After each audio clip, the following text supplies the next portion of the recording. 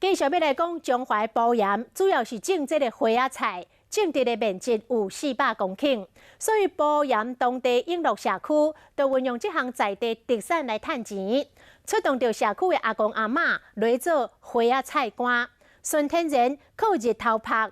每一年平均买3万公斤的花仔菜来做花仔菜干，一包卖150块，安尼一年落来会当为社区赚100-200万。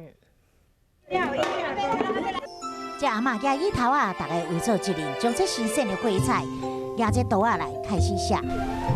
每一只花菜拢该削做一片一片，有大小面的插上做。伤油嘛袂用的，啊伤粗嘛袂用的。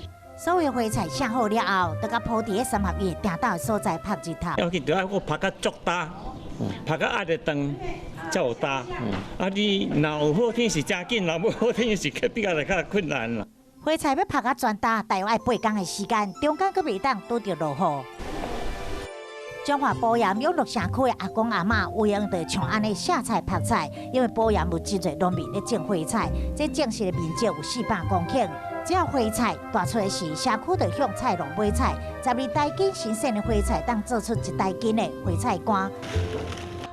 这花菜拍打脱水了后，完全是无加任何防腐剂，也无调味料，直接甲伊装袋啊称重封起来。拢是纯天然的，一包是卖150块。永乐社区每当拢向农民买3万公斤的花菜来做成菜干，一当落来为社区赚100-200万。哇，香了！这花菜干会当做出真侪料理，像甲猪肉做伙炒，真下味。上菜咯！